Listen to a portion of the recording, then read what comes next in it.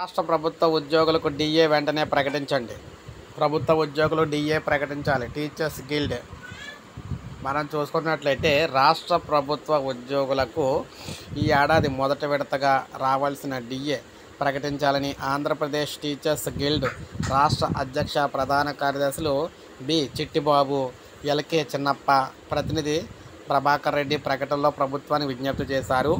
Aided, municipal, ప్రభుత్వ ఉపాధ్యాయులతో పాటు అన్ని శాఖల ఉద్యోగులు, పెన్షనర్లకు కూడా 2024 జనవరి, జూన్ నెలలకు సంబంధించిన ఇవ్వాల్సిన కరువు భత్యం ప్రకటించలేదన్నారు. ప్రస్తుత కూటమి ప్రభుత్వం 2024 జనవరి నుంచి జూన్ వరకు కూడా ఉద్యోగులకు రావాల్సిన మొదటి విడత డిఏ ఏరియన్స్ను దసరా కానుకగా ఇవ్వాలని చెప్పేసి వారైతే డిమాండ్ చేశారన్నమాట. అందువల్ల దసరా కానుకగా ఉద్యోగులకు డిఏ ఇవ్వాలని చెప్పేసి ఉద్యోగ సంఘాలు అయితే కోరుతూ ఉన్నాయన్నమాట. సో ఇది మనకు అప్డేట్. ఒక లైక్ చేయండి, సబ్స్క్రైబ్ చేసుకోండి, మన ఛానల్ సబ్స్క్రైబ్ చేసుకొని ఫాలో అవుతుంది.